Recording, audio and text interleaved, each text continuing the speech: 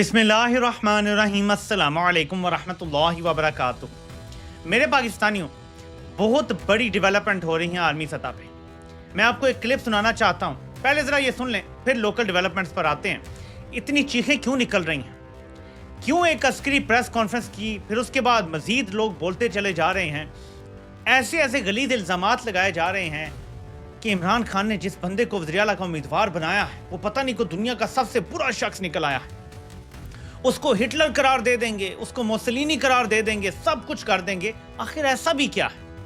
بات کرتے ہیں، لیکن پہلے ذرا یہ کلپ سنیں، یہ بڑا امپورٹنٹ کلپ ہے، غور کیجئے گا یہ کیا کہہ رہا ہے۔ So, from the Hamas standpoint, they probably lost 70,000 people. That's big retribution. That's big retribution. یہ تمام فلسطینیوں کی نسل کشی کو حماس کے کھاتے میں ڈال رہا ہے کہ جی وہ سارے حماس کے لوگ مرے ہیں۔ اور ریٹریبیوشن کیا ہوتا ہے؟ میرے جیسے جن کو زیادہ انگریزی نہیں آتی ان کے لیے ریٹریبیوشن کہتے ہیں جی ایسی سزا دینا جو بدلے کے زمرے میں آتی ہے، یعنی کسی کو اس کے گناہ پہ سزا دینا۔ یہ جو 70,000 لوگوں کی نسل کشی ہوئی ہے، یہ جو چن چن کے عورتیں بچے مار دیے گئے ہیں، یہ جو غزہ لیتے ہوئے لوگ مار دیے گئے ہیں، یہ حماس کے کھاتے میں ڈال دی ہیں، اور ٹرمپ نے اس کو ریٹریبیوشن قرار دے دیا ہے اور پاکستان اس پر سائن کرایا ہے۔ یہ ہے سارا بیانیہ کہ جو نیتن یاہو نے کیا، جو تاریخ کی سب سے ویل ڈاکیومنٹڈ نسل کشی ہے، وہ ایکچولی ریٹریبیوشن تھا، یعنی یہ جائز تھا، ان کو ان کے گناہوں کا بدلہ ملا ہے۔ جو 69 فلسطینی مارے گئے وہ سب حماس کے کھاتے میں ڈال دی ہیں ٹرمپ نے۔ ہماروں کو کوئی اعتراض نہیں ہے اس پر۔ تو اس طرح سودے ہوتے ہیں میرے پاکستانی، جب آپ ناجائز اقتدار پہ بیٹھے ہوتے ہیں تو آپ کو اس طرح سے سودے کرنے پڑتے ہیں۔ میں صبح بھی بتا چکا ہوں آپ کو کہ وہ لوگ پاگل ہیں جو یہ سوچتے ہیں کہ یہ کوئی ڈیل ہوئی ہے یا وٹ ایور۔ یہ پہلے دن سے منصوبہ تھا، اور ابھی جب میں آپ سے بات کر رہا ہوں کلپس آ رہے ہیں کہ جو لوگ اس ڈیل کا سن کے واپس آنا شروع ہوئے ہیں غزہ میں، لٹے پٹے غزہ میں، ان پر ٹینکوں سے حملہ کر رہا ہے نیتن یاہو کا سارا جو یہ سلسلہ ہے، وہاں ٹینکوں سے گولے مارے جا رہے ہیں لوگوں کو۔ آپ کو پتا ہے کہ لوگ تو چاہیں گے کہ وہ اپنے علاقے میں واپس آئیں، کیونکہ یہ ان کے لیے بڑی اہمیت کا حامل علاقہ ہے، وہ اس کو چھوڑنا نہیں چاہتے۔ زندگیاں دے دی انہوں نے، اپنی نسلیں برباد کرا لیں، وہ اس خطے کو چھوڑنا نہیں چاہتے۔ لیکن صورتحال کیا ہے وہ میں نے آپ کو بتا دی ہے کہ یہ کہا جا رہا ہے جی کہ وہ ٹھیک مرے ہیں، یہ ان سے حساب چکتا کر دیا ہے نیتن یاہو نے، یعنی کوئی اس کا اکاؤنٹیبلٹی یا احتساب وغیرہ نہیں ہوگا جو اس نے یہ سب کیا۔ اب میرے پاکستانیوں، یہ تو تھوڑی سی میں نے آپ کو انٹرنیشنل بات بتانی تھی، وہ بتا دی ہے۔ اب آتے ہیں اگلی چیز کی طرف۔ علی مین گنڈاپور نے ایک سوال کے جواب میں کہا ہے کہ اگر مجھے اب عمران خان بھی دوبارہ سی ایم بنائیں تو میں نہیں بنوں گا۔ یہ ذرا سنیں انہوں نے کیا کہا ہے، پھر آپ کو بتاتا ہوں کہ ایکچولی گراؤنڈ پہ چل کیا رہا ہے۔ الحمدللہ ہمارا تو یہ ایمان ہے کہ اللہ تعالیٰ جو بھی کرتا ہے تو اس میں اللہ تعالیٰ کی بہتری ہوتی ہے، اور ہمارے لیڈر جو عمران خان کا جو بھی فیصلہ ہے ہمیں 1 ہر طرح سے قبول ہے، اور انشاءاللہ ہماری تمام پارٹی جو ہے ہمیشہ کی طرح متحد ہے، اور تمام نے خان صاحب کے فیصلے پر اعتماد کا اظہار کیا ہے۔ اور انشاءاللہ یہ جو بیچ میں ابھی دوبارہ یہ تھوڑے سے پھر یہ کوئی چکر بنا رہے ہیں، یہ جو حکومت بنا رہی ہے کوئی چکر، اس پہ بھی ہم نے ساری لہمل بنا لیا اپنا، اور انشاءاللہ ہم ان کی کوئی بھی ایسی سازش جو ہے کامیاب نہیں ہونے دیں گے۔ پختونخوا جو ہے وہ عمران خان کا گڑھ ہے، اور گڑھ رہا ہے ہمیشہ، اور انشاءاللہ یہ گڑھ رہے گا۔ اور کسی کی یہ سوچ ہے کہ پختونخوا کے اندر کوئی سازش کر کے، جیسے میں نے پہلے کہا تھا اپنے ٹائم میں کہ میں ان کو چیلنج کرتا ہوں کہ سیاسی طور پہ یہ حکومت نہیں گرا سکتے ہماری، میں نے پہلے بھی چیلنج کیا تھا، اور اب بھی جو عمران خان کا نامزد وزیر اعلیٰ ہے اس کے لیے میں چیلنج کرتا ہوں کہ انشاءاللہ کسی کے باپ پہ ضرورت نہیں ہے کہ وہ سیاسی طور پر عمران خان کی جو امانت ہے، عمران خان کی حکومت ہم سے گرا سکے۔ سازش کرنے کے لیے جو بھی اقدامات کرنے کی کوشش کر رہے ہیں، لیکن ہماری بھی لیگل ٹیم بھی ہے اس کے لیے، اور ہم خود بھی موجود ہیں۔ تو میں نے اپنا استعفیٰ دے دیا ہے اور عمران خان کے حکم پہ دیا ہے، اور اگر یہ کچھ بھی کر لیں یا کوئی بھی ڈیلے کر لیں تو عمران خان کے حکم کے مطابق میرا استعفیٰ ہو چکا ہے، میں استعفیٰ دے چکا ہوں۔ اور میں ایک پیغام دوں گا کہ جو آپ یہ اس طرح کے ڈرامے کر رہے ہیں اور اس چیز کو آپ لمبا کر رہے ہیں، تو میں بڑا واضح طور پہ کہنا چاہتا ہوں آپ کو کہ مجھے عمران خان نے حکم دیا تھا، اس کے حکم میں نے استعفیٰ دیا ہے۔ تو آپ یہ ٹائم ضائع کر کے یہ جو ڈرامے بازی کر رہے ہیں اس سے آپ گریز کریں، اور عمران خان کا ایک مینڈیٹ ہے، اور ہماری پارٹی کا جو ایک پورا سسٹم چل رہا ہے صوبے کا، صوبے میں بڑے مسائل ہیں، اس طرح کی چیزوں کو ڈیلے کر کے صوبے کے جو معاملات چل رہے ہیں اس میں صوبے کو نقصان ہوگا، اس سے گریز کریں۔ ہر طرح کے 2022 کے بعد سے، جب سے عمران خان کی فیڈرل حکومت کے اسپیشلی 9 مئی کے بعد سے، یہ وہ لوگ ہیں کہ جنہوں نے ہر طرح کی مشکلیں برداشت کی ہوئی ہیں، اور یہ لوگ ہیں ٹیسٹڈ لوگ ہیں، یہ تو ٹیسٹڈ لوگوں کو جو ہے نا ٹیسٹ نہیں کیا جاتا. دے آر ٹیسٹڈ انشاءاللہ, دے آر اسٹینڈ. اور انشاءاللہ مجھے ویسے اگر آفر دوبارہ آئے گی بھی صحیح تو میں کروں گا بھی نہیں. یہ میں بتا رہا ہوں آپ کو کہ میں نے خان صاحب کو یہ پیغام بھیج دیا ہے. میں نے ان کو بتایا ہے کہ اب خان مجھے کہے تو میں دوبارہ نہیں کروں گا. فی الحال تو میں ایز اے ورکر کام کرنا چاہتا ہوں اور میں کوئی پارٹی کی. تو آپ مجھے خان بھی دوبارہ کہے تو میں دوبارہ نہیں کروں گا. میں نے خان کو بھی پیغام بھیج دیا ہے اور فی الحال میں کوئی پارٹی کا عہدہ بھی نہیں لوں گا اور ایز اے ورکر کام کروں گا. بظاہر جب ایسی بات کوئی کرتا ہے تو بظاہر یہ نظر آتا ہے کہ وہ کافی زیادہ دل برداشتہ ہے. ظاہر یہ آبویس سی بات ہے کہ ایک دم آپ سی ایم کے عہدے سے ہٹا دیے جائیں اور یہ سب کے لیے سرپرائز ہو تو دل برداشتہ ہونا بنتا ہے. لیکن جو اب سازش بنی جا رہی ہے اس کا آغاز کچھ اس طرح ہے کہ میں دیکھ رہا تھا ایک حکومتی چینل سے, میں نام نہیں لوں گا, ضروری نہیں ہے ان کا نام لینا.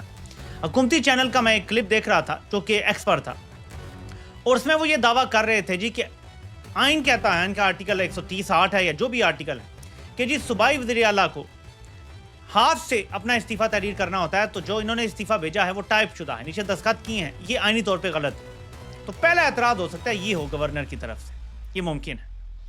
لیکن اس طرح کی چھوٹی چھوٹی چیزیں اور چلاکیاں تو ظاہر زیادہ دیر تک ٹال نہیں سکتی معاملے کو. تو دوسری طرف سے بڑا سخت رویہ اختیار کیا جا رہا ہے. میں پہلے بتا چکا ہوں کہ عاصم منیر عمران خان سے معمولی سی شکست بھی کھانے کے لیے تیار نہیں ہے. اس میں اسپورٹس مین اسپرٹ نام کی نہیں ہے. وہ پورا زور لگائے گا, وہ نہیں بننے دے گا ایسے بندے کو جو عمران خان کا بندہ ہو. پورا زور لگائے گا اور اس میں دیکھنا ہے عوام نے, عوام کو باہر نکالنا پڑے گا, بڑا احتجاج کھڑا کرنا پڑے گا, ماحول بنانا پڑے گا, شاید تب یہ معاملہ تو اور چڑھے گا. دوسری صورت یہ ہے کہ جس طرح سے انہوں نے ایک پروپیگنڈا شروع کیا ہے, خواجہ آصف اسمبلی میں کہتا ہے جی کہ دہشت گرد اب جہاں بھی جائیں گے, جن کے گھروں میں جائیں گے, جو بھی ہوگا پھر سب کو نقصان ہوگا, ہم کسی کو نہیں چھوڑیں گے, یہ بہت ہو گیا, اناف از اناف. یہ بڑی خطرناک صورتحال ہے. دہشت گرد بھی یہی کہتے ہیں جی کہ ہم فوج کو ٹارگٹ کرتے ہیں, بیچ میں کولیٹرل ڈیمیج میں دھماکے میں لوگ مارے جاتے ہیں تو ہمارا وہ جینون ٹارگٹ ہے. دہشت گرد بھی وہی زبان استعمال کر رہے ہیں اور ہمارا سو کالڈ وزیر دفاع فارم 47 والا وہ بھی یہی کہہ رہا ہے, مطلب فوج یہ کہہ رہی ہے. پھر دوسری طرف ایک خطرناک بیانیہ بنایا جاتا ہے تارڑ جیسے لوگوں کو بھیج کے میڈیا پہ کہ جاؤ اور بات کرو کہ یہ دہشت گرد ہے جس کو عمران خان وزیر اعلیٰ بنا رہا ہے. تو وہ کہہ رہا ہے جی یہ تو دہشت گردوں کا ساتھی ہے, تو یہ مراد سعید کا ساتھی ہے. تو پھر مجھے سمجھ آئی, پتہ تو مجھے پہلے ہی تھا کہ یہ مراد سعید کے ساتھی ہیں, پہلے دن سے ہم بات کر رہے ہیں کہ یار اصل تکلیف جو ڈیپ تکلیف ہے وہ یہ ہے کہ مراد سعید کے ساتھی ہیں. لیکن یہ اصل تکلیف صرف نہیں ہے, اصل تکلیف اس سے اوپر ہے کہ مراد سعید امن لانے کی کوشش کر رہا ہے. اب میں آپ کو پورا سیناریو سمجھاتا ہوں, آپ ساری گیم سمجھ جائیں گے کہ اس فیصلے کے پیچھے اصل وجہ کیا ہے. آپ عاصم منیر کو پاکستانی عدالتوں کے ذریعے شکست نہیں دے سکتے. عمران خان ہتھیار اٹھانے پہ یقین نہیں رکھتے, ٹھیک ہے, پرامن احتجاج بار بار ہوتے رہے ہیں, وہ بھی گولیاں چلیں, لوگوں نے جانیں بھی دے دی, خون بھی دے دیا اس انقلاب کے لیے, سب کچھ ہو چکا ہے. عاصم منیر کو شکست دینی کیسے ہے یہ آپ نے سمجھنا ہے. عاصم منیر بیرونی قوتوں سے کچھ وعدے کر آیا ہے. ان وعدوں میں معدنیات کی ایبسولوٹ کنٹرول بھی شامل ہے, ٹھیک ہے. جب معدنیات کے معاملات طے کیے کمپنی سرکار نے تو یاد رکھیں ایبسولوٹ کنٹرول لے کر دینا ہے, اور جو علاقے ہیں وہ سارے شورش زدہ ہیں. تو ایک تو صفائی کا آپریشن ہے, وعدے کر آئے ہیں, ڈیلیور کرنے پڑیں گے. نمبر 2, افغانستان کے حوالے سے کمپنی سرکار نے بڑے وعدے کر دیے ہیں. اب کمپنی سرکار نے یہ وعدے پورے کرنے ہیں. مراد سعید ان وعدوں کے رستے کی بڑی رکاوٹ بن سکتا ہے عمران خان کے حکم پر, کیونکہ مراد سعید امن کی بات کرتا ہے. کمپنی کو امن نہیں چاہیے, کمپنی کو لڑائی چاہیے, کمپنی کو مارا ماری چاہیے تاکہ بیرونی سپورٹ آئے, تاکہ پتہ چلے کہ کمپنی دہشت گردی کی جنگ لڑ رہی ہے, کمپنی بڑی یوزفل ہے, ہمیں کمپنی کی ضرورت ہے, یہ عالمی اسٹیبلشمنٹ کو لگے ہمیشہ. پھر افغانستان سے بگرام ایئر بیس لے کے دینے کے وعدے, کمپنی کے یہ بھی وعدے ہیں. تو کمپنی تو چاہتی ہے کہ نہ صرف یہاں پہ حالات خراب ہوں بلکہ افغانستان کے ساتھ حالات خراب ہوں. ان سب کو اگر روک لیا تو کمپنی ناکام ہو جائے گی اور آفت کو گھر جانا پڑ جائے گا. یہ ہے اصل چیز. آپ اس کے عالمی وعدے جو یہ کر کے آئے نا وہ پورے نہ ہونے دیں, آپ جیت جائیں گے.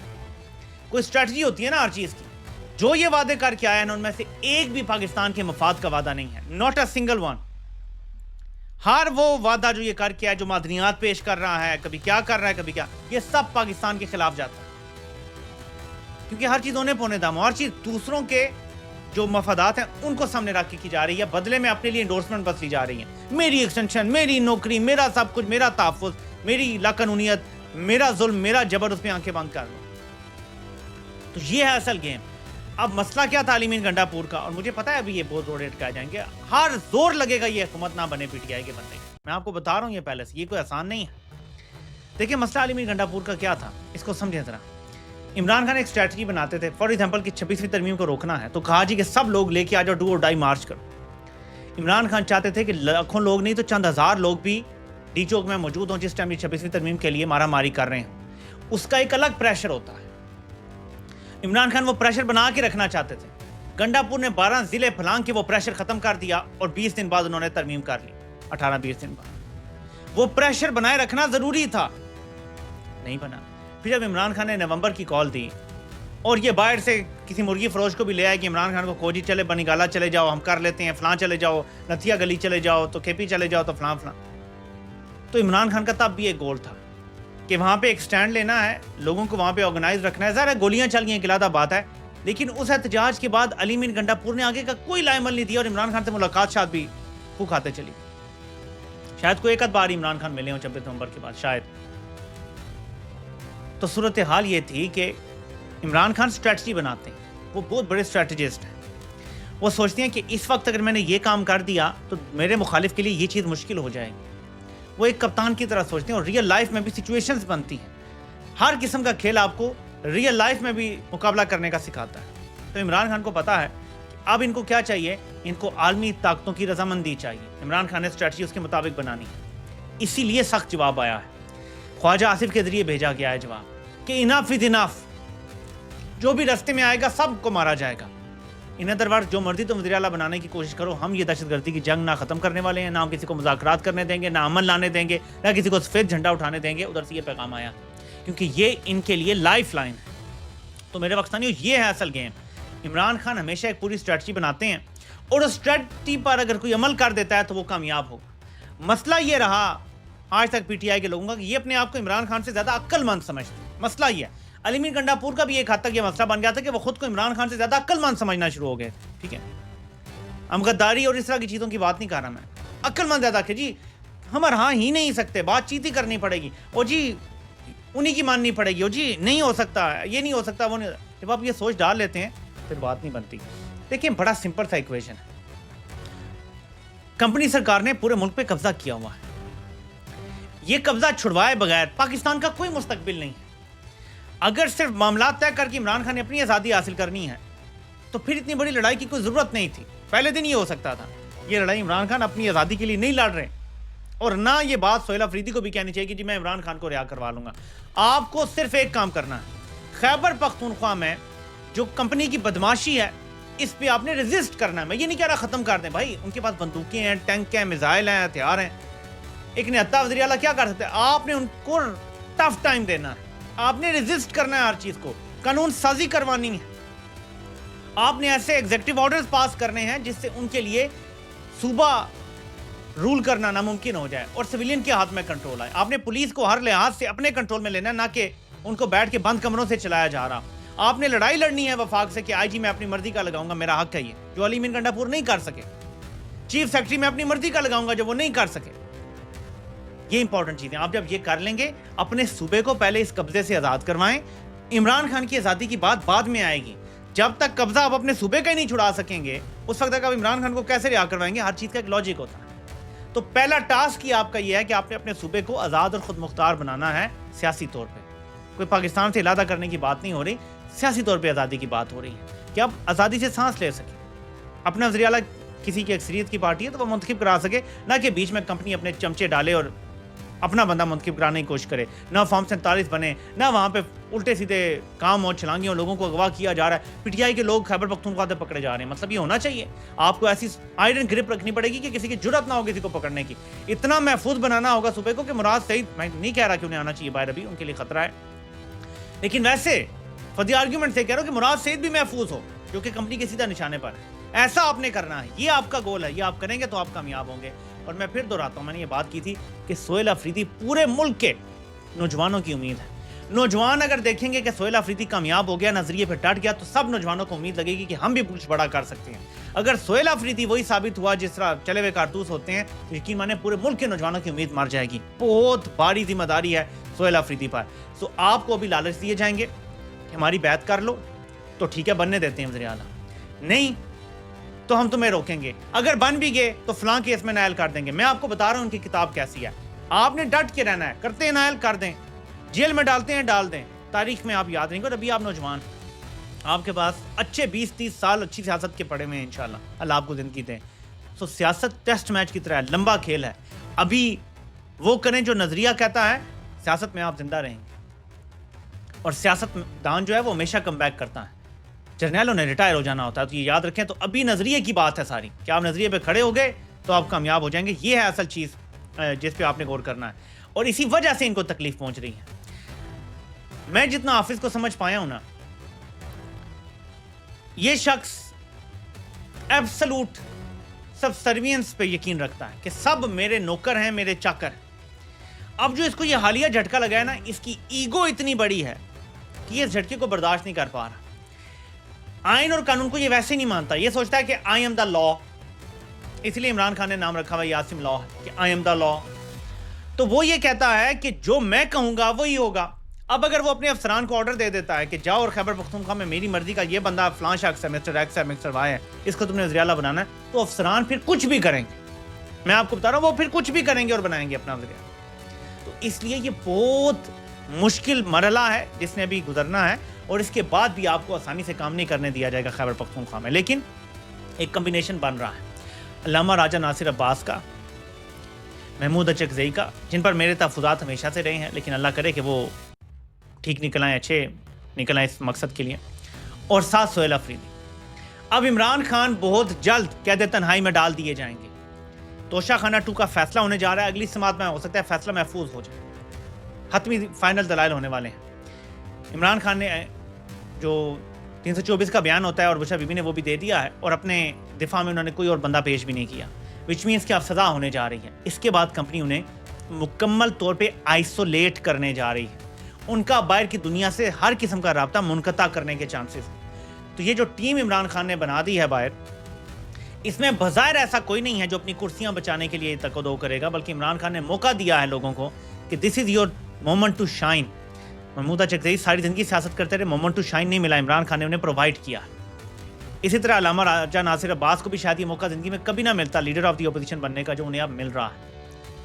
تو یہ موقع اگر انہوں نے اویل کیا, اور ساتھ سہیل افریدی ینگ ہیں, اگر انہیں بننے کا موقع مل گیا, انہیں روکا جائے گا, ہر بار استعمال کیا جائے گا کمپنی کی طرف سے, وہ بن جاتے ہیں, تو ان کے پاس بھی ایک گولڈن اپرچونٹی ہے.